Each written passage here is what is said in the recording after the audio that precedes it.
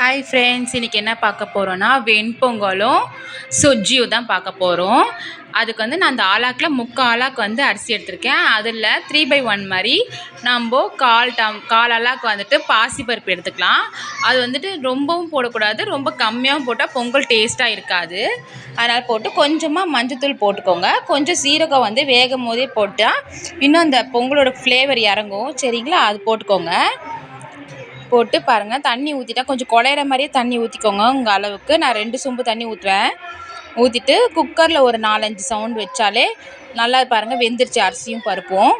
வெந்த பிறகு ஒரு எண்ணெய் ஊற்றிட்டு மிளகு நல்லா பொரியணும். பொரிஞ்சு நல்லா வெடிக்கும் பாருங்கள். அந்த எண்ணெயில் அந்த மிளகு ஃப்ளேவர் வந்த பிறகு நம்ம கொஞ்சம் சீரகம் ஆட் பண்ணிக்கலாம், 1 ஸ்பூனு. மிளகு எக்ஸ்ட்ரா கூட போட்டுக்கலாம், 1.5 ஸ்பூன் கூட போட்டுக்கலாம். அது நம்ம காரத்துக்கு ஏற்ற மாதிரி தான். சரிங்களா? இப்போ பாருங்கள், மிளகு நல்லா பொரிஞ்சு டொப்புன்னு வெடிக்கும்.